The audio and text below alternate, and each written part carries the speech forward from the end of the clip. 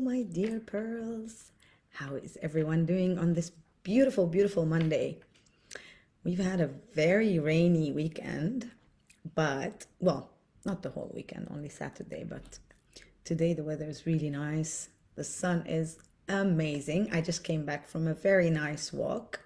As you know, I have to take Lucky down, so I take him down. I enjoy the nature, I enjoy the weather, I enjoy the beautiful walk. And I just came back, and spending time with you this afternoon for me is the one thing that I really, really look forward to every Monday. So I'm happy to be here. As you know, today we are going to be together for almost an hour, more or less. And today we're going to be talking about a topic that's very, very dear to my heart. Like all my topics are dear to my heart, actually, because every single topic that I talk about is something that I have been through and that taught me a lot. And this is why I like sharing those topics and those ideas and this information. So today's topic is about the importance of being aware. And when I talk about being aware, I'm not talking about like knowing stuff and having information. I'm talking about you being aware, being present, being understanding of everything that is going on in you, especially when it comes to our brain, my brain, your brain. So that's the topic of today. I'm going to be focusing about it. And at the end of this life, I want you to stick around because I have an invitation for you. So without further ado, let me tell you a little story. When I was young, you see, I didn't have like the best childhood ever. And I'm pretty sure a lot of people out there have been through the same in their childhood. I was born in a house that kind of love, like the unconditional love that we all look for in our parents, was not really there. So, and today when I look back, and because I did a lot of work on understanding who I am and everything that is about my life and how I grew up, I sort of understand somehow why there was a little bit of lack in that specific feeling, you know, with my mom specifically. But even my dad, at some points in time, that feeling was not always there as well. But having said that, this is what I was subjected to, or this is what I wasn't subjected to this, to be quite honest. Now I know that this was my learning curve, this was my learning path. This is why I chose this. I chose this life to come here, to understand, to learn, to become a better me. And that childhood was kind of my school, you know, not just the academic school that we go to and we learn at. This was my like my real school, my life school.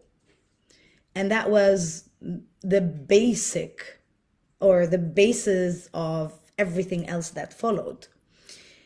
Which brings me to the actual story that happened when I was literally, I had hardly, you know, become maybe 10 or 11 years old. But because everything that I was going through since I was a child until that time, everything was difficult. Everything was, you know, hard to get, especially the emotions from my own parents. And this made me become a person who is, at that time, kind of needy, you know, because as a child, you always want to have love from the people around you. You want to feel loved, you want to feel taken care of, you want to feel understood, you want to feel heard, you know. and you want to feel good about who you are, about everything that you do. So growing up not having all of this made me sort of become very self-dependent since I was a kid. And I always said to myself that I'm the one who's going to get everything done for myself. I'm not going to wait. I'm not going to listen. I'm not going to be that person who's going to be, begging for attention or begging for love or begging for anything that now I know is actually my divine right. But, when I was a kid, I didn't really know. And in my brain, I took this decision that, you know what, I'm going to make things happen for me. And I'm going to make my own choices. And I'm going to bear the consequences of everything that I decide to do. And remember, I was like really very, very young. I was a child. So as a child, taking such or making such a big statement inside my head, at that time, I didn't know how big that statement was, but this literally shaped my whole life since then until I started becoming aware.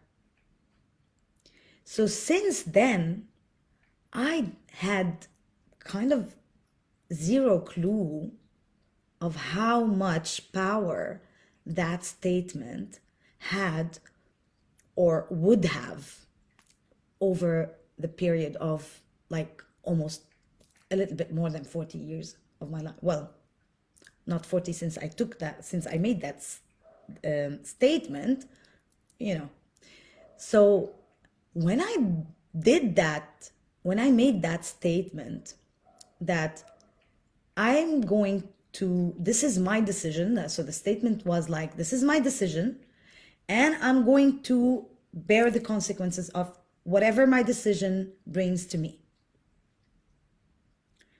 So there are so many things that are related to this statement that make it very, very tricky, And again, the reason why I did this or why I made this statement is because I never got anything easily. Everything that I wanted, especially when it came to love and attention, I was getting it the hard way, or I was not getting it at all. Or when I was getting it, it was associated to maybe like physical abuse or language abuse or word abuse and emotional abuse. So all sorts of abuse, if you want. So my association with love was very tricky at that time. And that's why I thought, you know what, I'm going to do things my way. And little did I know that my way was going to be somehow, I'm not going to say destructive, but painful. Painful. Why? Because in my head, I took that decision there and then that I'm going to do things my way. I'm going to take those decisions. And no matter what happens next, I'm going to be strong enough to handle it. Or I'm going to be maybe not even strong enough to handle it, but I'm going to handle it. I'm going to take it. I'm going to accept it. So it's kind of like I was literally inviting all of that pain somehow towards me. And as I was growing up, this is exactly what was happening. I would be very decisive. I would take decisions. And of course, I would receive consequences that like would be really painful, really sad, really sometimes even, putting me in dangerous situations, just because at one point in my time, in my life, in my childhood, I told my brain that, hey, I'm going to handle it no matter what decision I take. So doing that and saying that to my mind made my mind actually, or my subconscious mind, to be clearer, understand that, like, kind of, it's like, bring it on, I'll handle it. So when we are talking to our mind, or when we are thinking, so thinking, basically, it's like you having this kind of dialogue with your mind.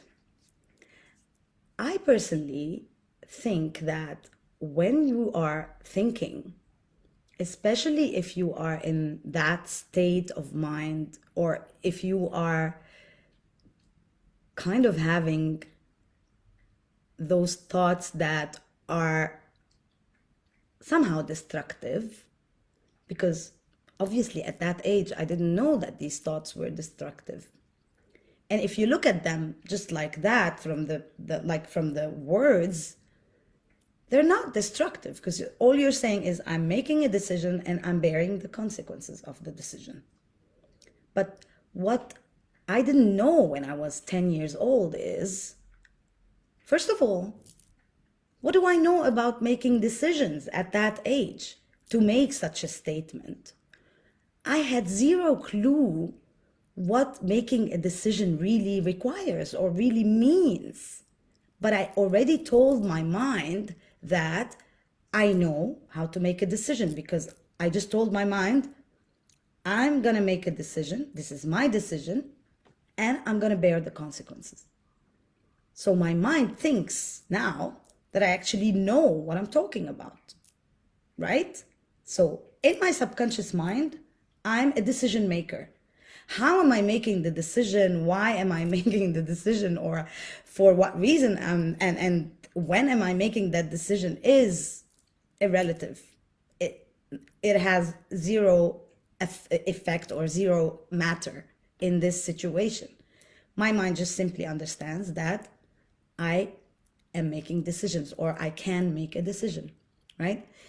And the second part is that there are consequences for this decision.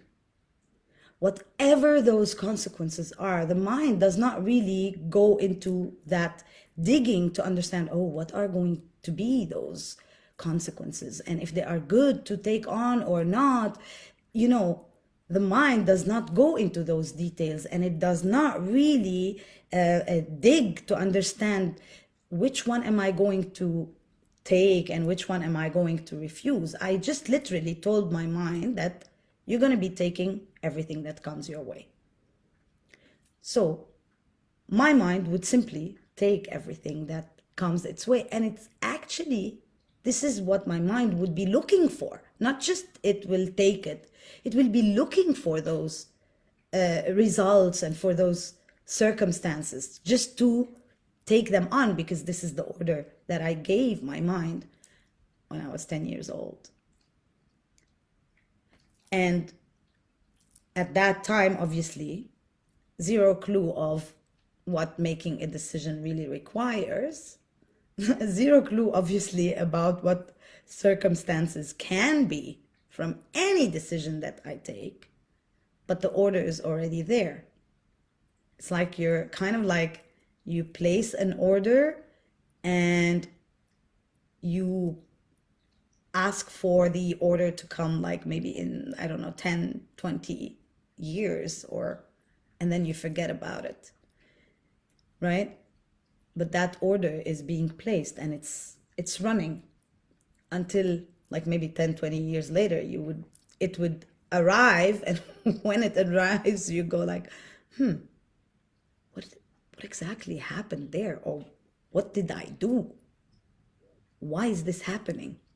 And every time you make those orders, when you're making those orders to your, like, in your brain, they're just gonna go there and sit there and wait for when things happen, or when you are about to do something. In my case, when I was in a decision-making process. Obviously, when I was a child, not knowing what the decision-making process is, that statement meant zero. Like, that statement had zero consequences for me because I really didn't know what I was saying. But in my brain, it was there and it stayed there. And it literally controlled the rest of my life until I realized what was happening, until I realized that, oh my God, I actually did all of this. I actually asked for this. I clearly told my brain that I'm going to be handling anything that comes my way from any decision that I make. So there was really nothing more to it than my mind, being ready to take on all of this. Now, as you go through life, there are things that your mind takes on and maybe reflects on or rebels against or just, express itself. And there are things that your mind and even you go throughout your life, you go through these experiences, but your mind is not always there to handle like on the spot. And this is why things start going deeper and layers start building, layers above layers above layers, until you reach a point where you really don't know, like now, me realizing that, oh my God, I did this to myself. Well, I didn't realize it now, I realized it a while back, but I did realize it at a very old age that, oh my God, I did this to myself. Why am I focusing on this? Why am I telling you all this? And this is what I mean by the power of being aware. And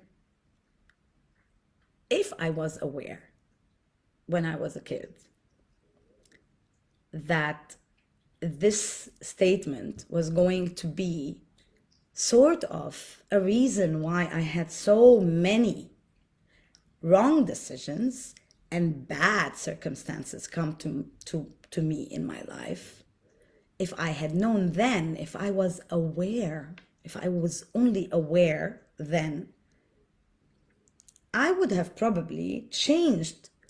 I might not have completely ditched the whole statement, because I still would have wanted to be able to make my own decisions, obviously. And I still would have wanted to be responsible for those decisions. So when I said, I'll make my own decision and I'll bear all the consequences of my decisions, that means that I stated to my mind that I'm going to be responsible for those decisions. And we all want to be responsible for our decisions. However, the thing is not with the responsibility part only. The main idea is with the decision itself. But the whole idea as a whole is when you are making statements in your mind, or when you are saying things, or when you are thinking of things, you want to be aware.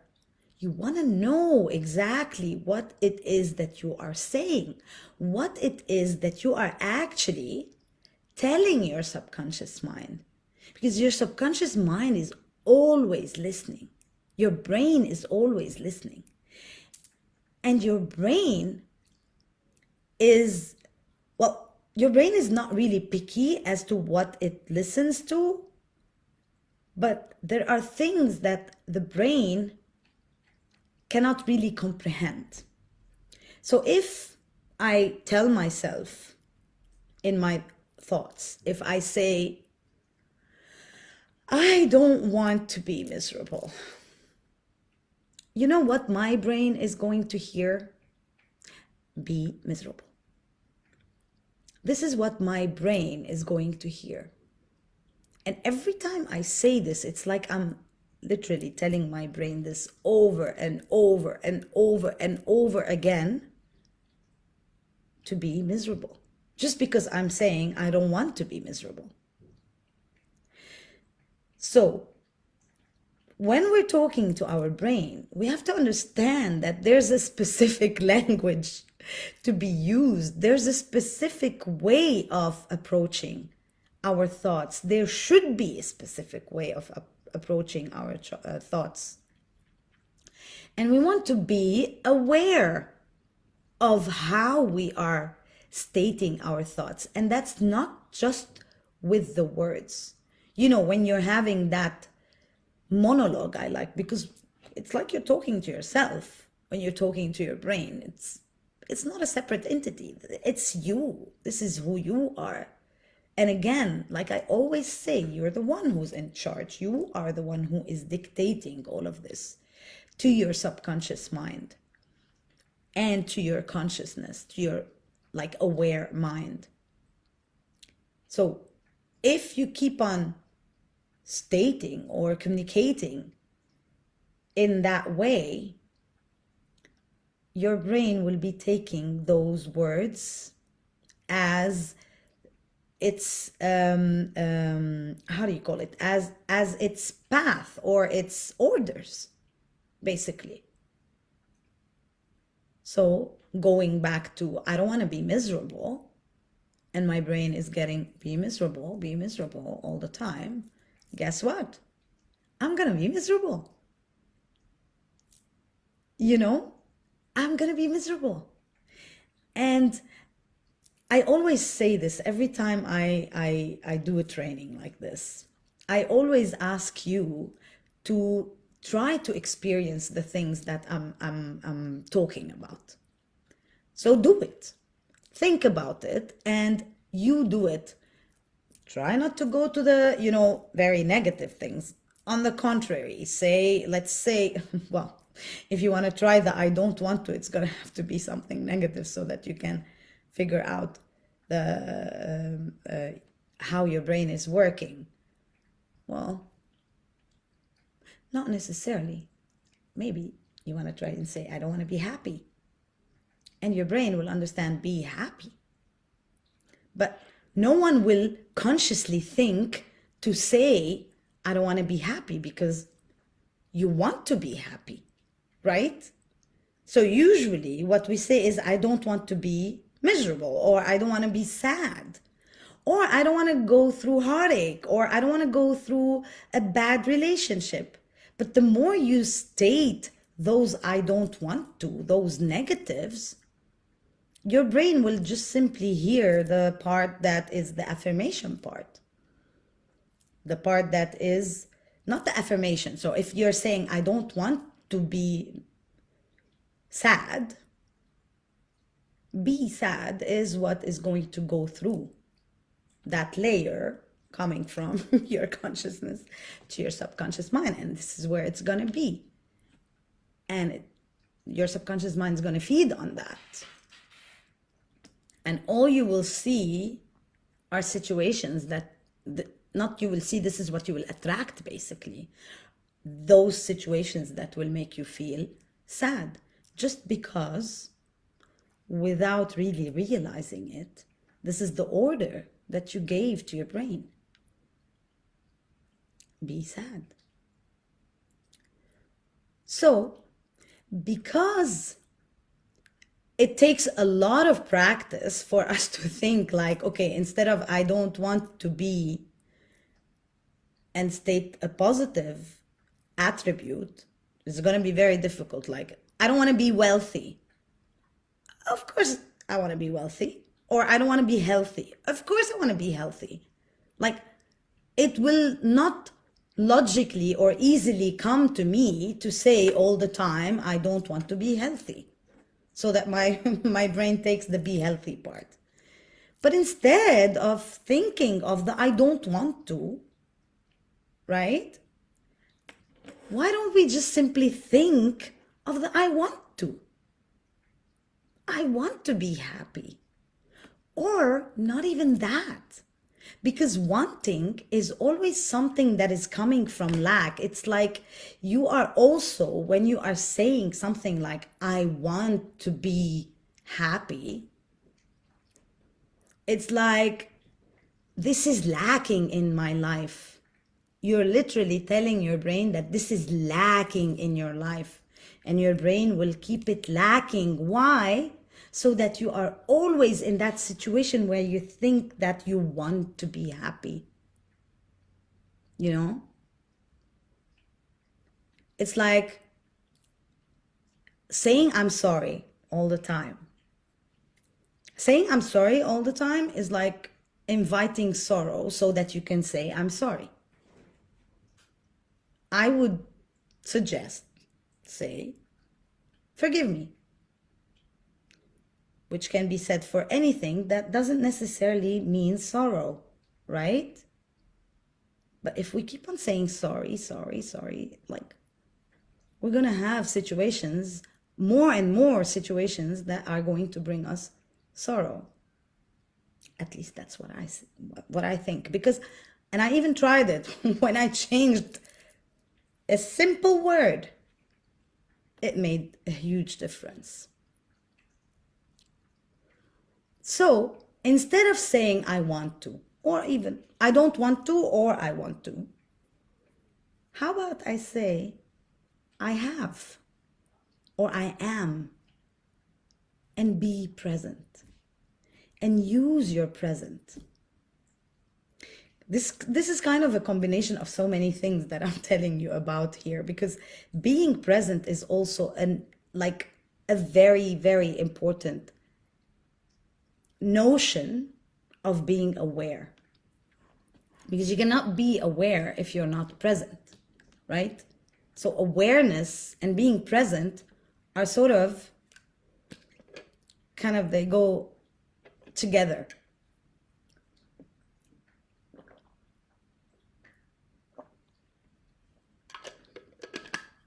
So when we are aware of the words we are saying, and the more we are present, it's like you are asking for things to be here and now. I am happy. I am healthy. You're making a statement that your brain understands literally, like every single word of it. I am, that's the present, happy. So there is no room for understanding things wrong or misunderstanding. There's no room for a misunderstanding in your brain when you are using your thoughts or your statements, because thoughts are happening here, and the words that we say, the language that we use, the sentences that we formulate are kind of reinstating or just pinpointing those thoughts and making them even stronger in our brain. So I invite you to experience this. Do it as an experiment, and please use something that is not harmful for you. Like, please don't say, I don't want to be healthy. Or, sorry, actually, you can say, I don't want to be healthy, because then your brain will understand healthy. But don't say, I don't want to be sick, for example, because your brain will only hear sick. And the other part of the sentence is very unclear. So sickness is everything that is going to come through. And you're going to start attracting that. Instead, and then, do that. Please don't do it with sick. Try to do it with something that is less invasive and less harmful, obviously, okay? But just for the sake of you becoming more aware and more certain, and realizing that really this is how powerful my words are and my thoughts are. Even if you're not saying those things, by the way, because when you're thinking them, they are already there. even if you're not saying them. And when you're saying them, it's like you are making that foundation even stronger. But when you're thinking them, they're already there. So do that exercise with yourself. Choose something, whatever it is that you want to choose, okay? And maybe be more specific so that it's not like something that is going to take too long. So say, for example, today or now or like this minute or today, whatever, something like that, I don't want to be happy. Or not, let's not say the happy, because then you'll be happy. Say, today I don't want to be sad. And say it a couple of times to your mind and just let go and see what's going to happen. I can assure you that out of nowhere, you're going to start feeling gloomy and you're going to start feeling like something is not right. Because your brain is only hearing that word, sad. Haven't you sometimes like felt it? Like you'd be sitting and there's nothing really happening. And then all of a sudden you start feeling something is not right, something is wrong. Like you feel down and you don't know why. I want to ask you, and I want to actually open your eyes to this. And I want you to remember this as you are going through your day-to-day life. And if like something like this happens, like this drastic change in your mood or in your feelings or in your emotions, stop and ask yourself, like try to remember, what were you thinking and what were you saying? And see how those two acts that you do constantly, this is like it's a non-stop action that we do, sometimes even when we are sleeping. Sometimes when our mind cannot relax, and we wake up very tired because we've been thinking, because the mind is not relaxing. So when something like this happens, I want you to notice, and I want you to check, what were you thinking in that very specific moment?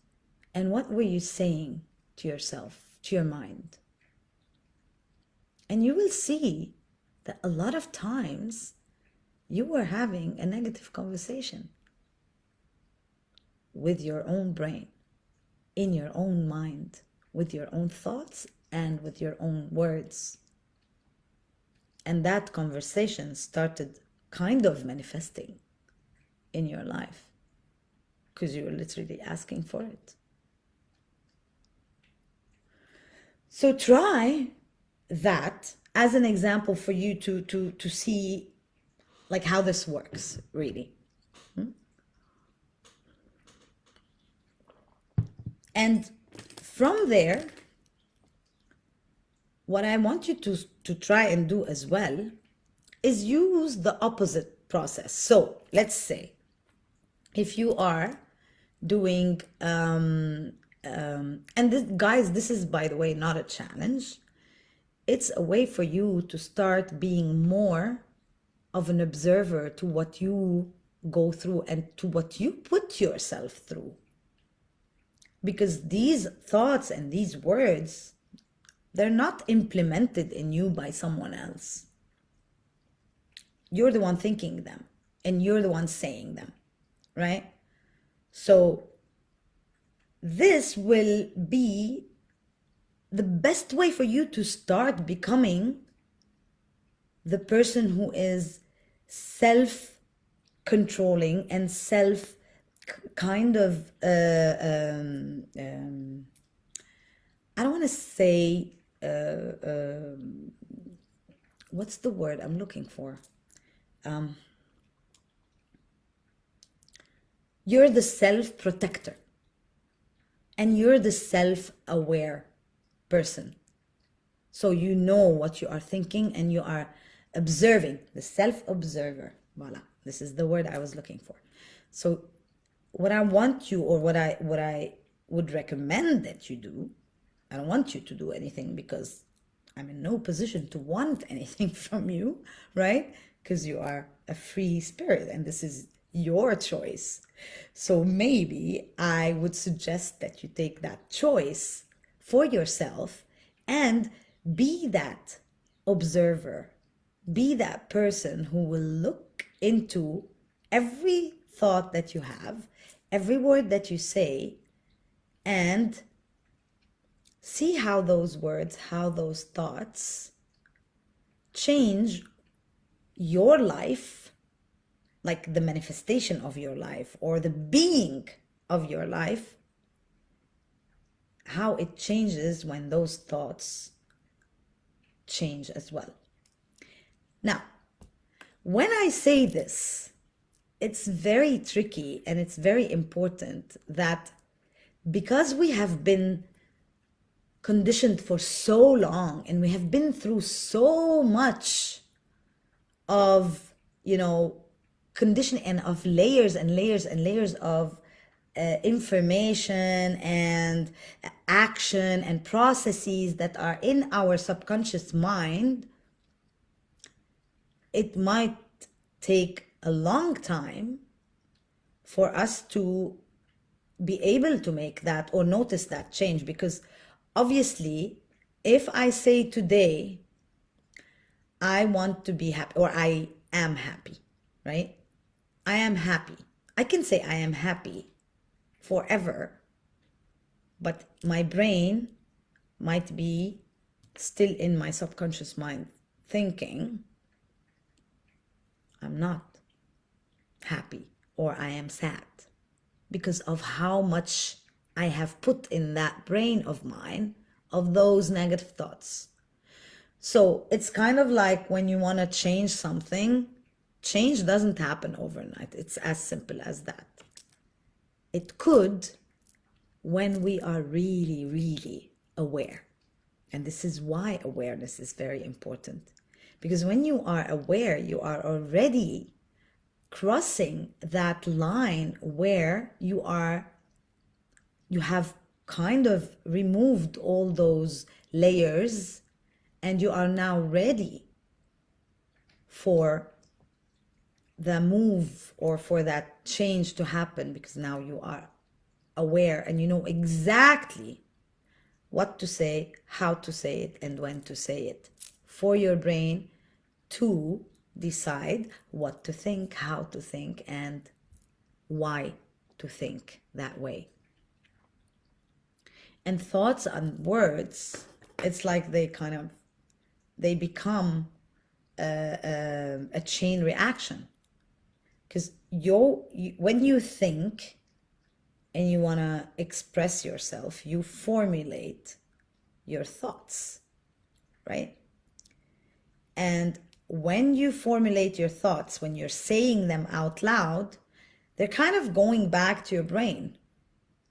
And it's like a repetition in your brain to that very specific thought that actually started in your brain.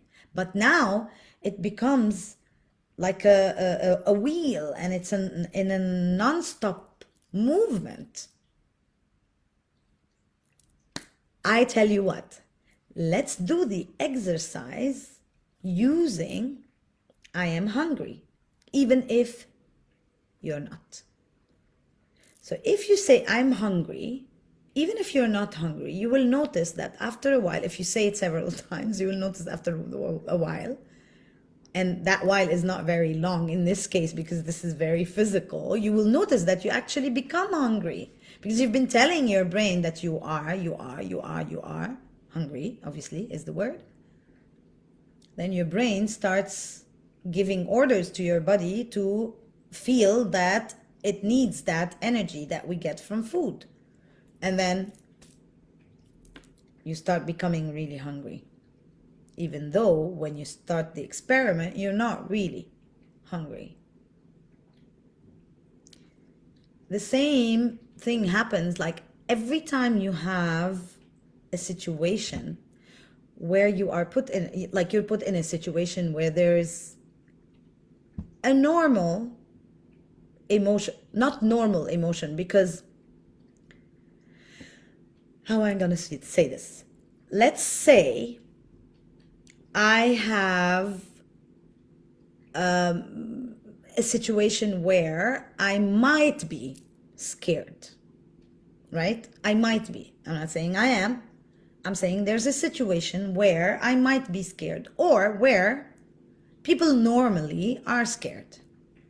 Okay? Let's say it's very dark outside and I'm walking alone and there's nobody around, but there's like those noises and everything. This is a situation where in our subconscious mind, this kind of setting could be easily associated, depending on obviously your life, what you have been through, but this could be easily associated with a setup that will give you kind of like those goosebumps, but not the, ooh, I'm excited goosebumps. No, that the, like, oh my God, this is creepy, you know, I'm scared. So if you are in that situation, you can, if you are in that surrounding, you can let those thoughts that you are used to in your subconscious mind, because this is how you've been raised and this is the accumulation of everything that you've been through in your life. If you are in that situation, this is what you would feel, because you are allowing those thoughts, although in that very specific moment there's nothing happening, right? It's like you're living somewhere else. You're going through an experience that is not happening right now. It's like this is happening to you in the past, and maybe not even to you. It's just something that you heard and your brain starts associating with that. So when you are aware, you go through that same setup, that same situation, that same environment, and you don't feel scared. Or you might be telling your mind, I'm okay. This is fine. I'm okay. This is fine. I'm okay. This is fine. It is fine because nothing is really happening, right? But if you had been through something before and it's like laying there somewhere, not surfacing, it might surface there and then just because it is there. But if I keep on telling my mind, I'm fine, this is okay, I'm just gonna go through, you're gonna simply go through and nothing's going to happen, because nothing is happening anyway. It's only your brain reminding you of the things that you've been keeping in it because of how you used to think and how you used to say things. You know, I find, I'll tell you an experience. I'm a biker, okay, and I love riding. And there is one place here in the UAE where I live. It's a beautiful, beautiful ride. It's like inside a valley, and then you go up. And it's not very high. It's just that the route is really nice and very curvy. And at night, it has zero lights. So the first time I went there, it was during the day. I just loved it. It was amazing, beautiful, and everything. And I usually listen to music, okay, when I'm riding. So it was fine, amazing, beautiful. I mean, I know this place, and I even went there for my birthday gift to myself in 2020, because there was still the lockdown. We were allowed to like move from 6 a.m. to I don't know what time exactly. So I was like just waiting until 6 a.m. and I took my bike and I went for a ride. I came back. That was my birthday gift for myself in 2020. So I know this road by heart. Okay? I love it. The first time we went there at night with my friends, I did not really feel anything wrong because I was listening to my music. I remember maybe 4 or 5 times going there at night. I think the fourth or the fifth time, my earpods battery died on me. So I was going through that same route that I know by heart, that I do all the time, that I take all the time. At night, during the day, I know there's no light. I know there's nothing around, right? Just the fact that I didn't have my music in my ears, and because somewhere in my subconscious mind, darkness, and not just darkness on roads that are like empty roads or empty routes, somewhere in my subconscious mind, this was scary. Because I know for a fact there's nothing in that place that could scare me. But that night, when I lost the music and I just couldn't hear something else that was giving me the impression that, everything was like jolly and there are people around because I'm listening to music, I felt scared. Although I know there's nothing scary. And this is how, physically, I felt scared. And this is how our thoughts are important. Like, this is how much effect they have on us. Right? So this was just an example that even at this age, well, at that time, I wasn't really I was already aware, just not of everything that I had been through all my life. I was in my digging years, if you want. So that actually opened my eyes to try and understand why I was scared of the darkness, and not the darkness in general, like a darkness on empty roads that there aren't even houses on in that area, just so you know how empty it is, right? So I needed to understand where this was coming from, because it wasn't certainly coming from that very specific moment. But my mind told me it was. And my mind took me to a place. And when I say my mind in these specific instances, I'm not talking about my consciousness. I'm not talking about my aware mind. I'm definitely talking about my subconscious, because this is where these, brain discussions are happening. And these are where those thoughts are being formulated to make my being follow a very specific feeling or a situation or pattern or result or manifestation. That's how powerful your thoughts are. Now, every time you're saying those thoughts out loud, like I said, you are simply kind of forcing them even more, like giving them more power. Like if I'm thinking that I am not sad, as I said, your brain will understand that I'm sad.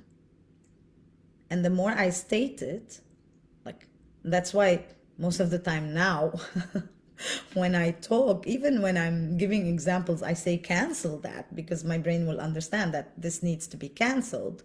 Like everything that I've been stating now, But now I'm very aware and I know that this is an explanation. I'm like very conscious of where my thoughts are, like, and where they're gonna go. Like when I'm explaining something and when I'm telling you to do stuff, or when I'm explaining that, okay, I've been living there and now I don't live there anymore. I think that's a song. But I am so aware today that I know that these thoughts will make no change to my mind or my subconscious mind or my actions or my being or my emotions, because these are results of my thoughts and my words. So you think and you state. And how you state either reinforces your thoughts or brings your thoughts to a place where you start having like that question mark. For example, if my brain is telling me, today's gonna be weird, like something's gonna happen today. Something's gonna happen today is like a very general statement, or let's say something bad is gonna happen today. I don't know. You wake up sometimes, you have those thoughts. If I'm gonna reinstate that thought with the same statement by saying it, like I call my friend, oh my God, I woke up this morning and I felt like something bad's gonna happen. And then I call another friend and I tell that friend too, oh my God, I woke up this morning, I felt something bad's gonna happen. Guess what? Something bad is going to happen. Because I'm just telling my mind that this is what is going to happen. And I'm simply asking for that thing. It's like your words are the magnet that will make your thoughts come to life. Kind of. So, instead of waking up and thinking, oh my God, something bad's gonna happen, and like stating those words, I would wake up, okay, I recognize, and this is the part of where awareness is important. Recognizing and knowing, like, okay, I have this thought. I woke up and I thought something bad's gonna happen. Instead of saying it out loud, what I would say out loud, today I'm gonna have a great day. Today is gonna be a great day. What an amazing day today is going to be. And just say it and believe it. Not just say it. Because if you just say it without really believing it and like embracing that idea or those words so that they now become the thoughts. Does it make sense? So instead of simply reinforcing those negative thoughts that you already have in your mind, use kind of like the opposite to attract the positive thinking and the positive thoughts, and those will replace that negative thought that you had in your mind. And with those positive thoughts that you now have in your mind, your words are going to be positive as well. They're going to be reflecting those.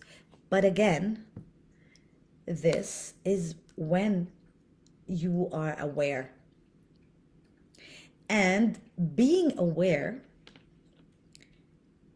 is literally like you crossed half of the way is already dealt with when you are aware. And now what it takes is practice. Being aware, and then practice. Practice what? Practice the right way of using your words, of reinstating your thoughts in a different way when you are aware. If I'm having positive thoughts, obviously I want to reinstate them in a positive way. I'm not going to go and do the opposite, right? Because I'm already having good thoughts. But when I'm having bad thoughts or when I'm having negative thoughts, this is where I want to be really aware. Okay, I'm having those thoughts, and for those thoughts not to materialize or not to manifest or not to become a reality in my life, I'm aware they are there. Let's change them. How do we change them? By using our statements, knowing how to use our statements, knowing the words to use. And I'm sure you know, like this is for example how affirmations work. Because when you're using affirmations, it's exactly this. It's you are telling your mind the good way of thinking, or you're teaching your mind the good thoughts. And this is why affirmations, when you do them, you don't do them once. This is why you keep on repeating. So that when you repeat, it becomes a believable thought. It becomes a thought that you actually believe, that you know 100% is true. By using your awareness, you're not kidding yourself because you are aware, right? Literally, you are in charge. When you are aware, you are in charge and you decide how you want that ship to move. Am I going to allow that ship to move in a direction where it will bring me pain and sorrow and what have you? And this is how, going back to the decision-making process, this is how you start understanding how to formulate your decisions, how to make your decisions, what it is that you need to look at when you are making your decisions. But today, what I wanted to focus on is your awareness of your thoughts and your awareness of how much your words are important. And this is why when I was a kid and I was not aware, and I said to my mind, hey, I'm taking a decision, you're going to bear I'm going to bear the consequences. I'm going to take in those results. I did not tell my mind, I'm going to take good decisions and the consequences are going to be good. I'm going to bear them. I'm going to take them with that big, beautiful heart of mine. No. I said, bring it on, basically. I literally said that. I did not specify to my brain to only bring the good thoughts and the good decisions and the decisions that are based on a proper decision-making process that will help me make good decisions or decisions that are beneficial for me. And that's why that statement, because it's stuck in my brain for so many years. I was doing so many bad decisions, so many wrong decisions. And obviously those will have bad circumstances and bad and wrong circumstances. And sometimes even when I was making good decisions, because I told my mind, hey, I'm going to take whatever comes my way, the things that were coming my way were not necessarily good for me and were not necessarily right for me, even though the decision might have been good. So if those things were bad, I was just bringing them because I already told my mind, hey, just bring them. I'm going to take them. So again, 3 things. Number 1, when we are aware, we will be able to cross that and make that decision. And we will be able to see the difference between when we are talking to ourselves or when we are thinking negative or positive, and how these two thoughts affect us. But first, we want to be aware of those thoughts. And this is how we can change our thoughts, by first being aware. And then how do we change them? By using the right statements, using the right words to either reinforce a good thought and a positive thought, or to reverse a negative thought if we are having one. So instead of reinforcing the negative, we reverse it by using the reverse meaning or the reverse. And always use, that's number 3, always use your present tense, like I am, with certainty and with belief. Because again, if you say I want to, first of all, it means that you don't have. Because if you want something, it means that you don't have it, right? If you don't have it, it means you're in lack. And if you're in lack, this is what your brain will know and will understand. And it will keep you there so that you always want that. Does it make sense? Now, if all of this has been intriguing, and if you really feel like, oh my God, this is kind of giving me a lot of questions, and this is making me think so much about everything that I do in my life, everything that I think of, how I use my words, how I talk to people, how I react to things, and do I like say or wait and think and do this process. If you are intrigued even a little, thinking that this conversation might take you from point A to point B, this conversation with me, yours truly, might take you from point A in your life to point B, where you actually want to be or you desire to be, or where you really are, but you just don't know it yet. If you think that I might be able to help you cross that bridge, let me know.